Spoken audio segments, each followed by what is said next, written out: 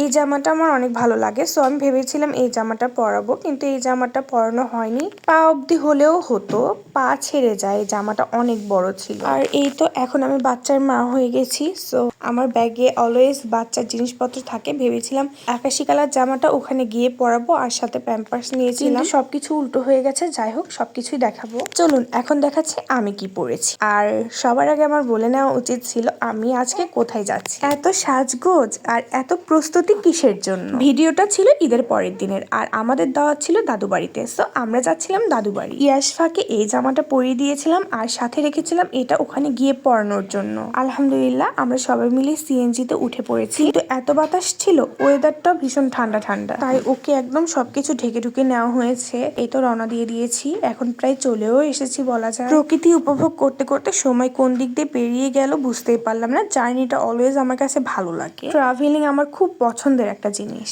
দাদু বাড়ির খুব কাছে চলে এসেছি, এখন নামার পালা। আমি কিন্তু দাদু ভাইকে দেখিনি, আমার দাদা অনেক আগেই মারা গেছে, শুধু সবার মুখ থেকে দাদার গল্প শুনি। এখন দেখাচ্ছি আমার বাবা, ফুপি, চাচু সবাই যে স্কুলে পড়েছে সেই স্কুলটা, এটাই হচ্ছে সেই স্কুল। আর এই হচ্ছে আমার দাদুর কবর। আর পাশে যে ফুল গাছ দেখা যাচ্ছে, অনেকগুলো ফুল, নীল কালার মশারির ভিতরে অনেকগুলো ফুল দেখা যাচ্ছে। এখানে আমার 3 ভাই বোন আছে, জান্নাতের পাখিগুলা। এরপরে চলে গেলাম রুমে গিয়ে দেখে আমার আর এক বোন ঘুমাচ্ছে। মাশাআল্লাহ, ওকে দেখে চলে গিয়েছিলাম রান্নার জায়গায়। এখানে চুলা করা হচ্ছে, রান্নার প্রস্তুতি নেওয়া হচ্ছে।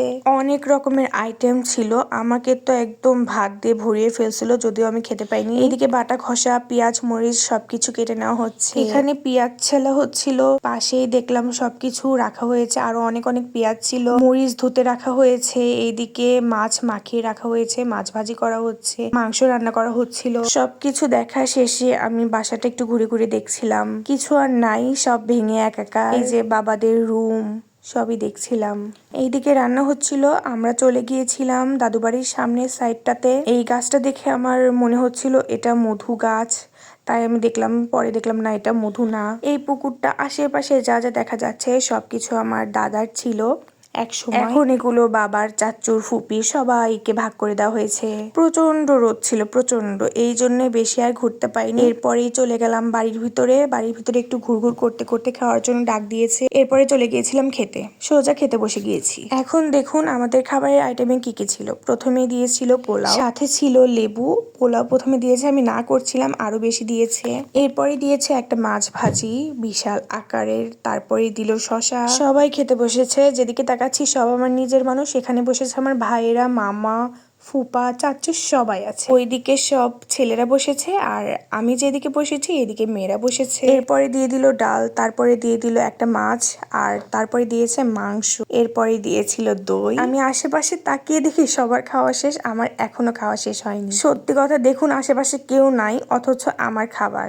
এরপরে তাড়াতাড়ি উঠে পড়েছি, আর এইদিকে আমার জুতা চুরি হয়ে গেছে, আমি জুতা হারিয়ে ফেলছি, খুঁজে পাচ্ছিলাম না। অনেকক্ষণ খোঁজার পরে জুতাটা ফাইনালি খুঁজে পেয়েছি। যাই হোক, আজ এই অবধি। সবাই ভালো থাকবেন, সুস্থ থাকবেন।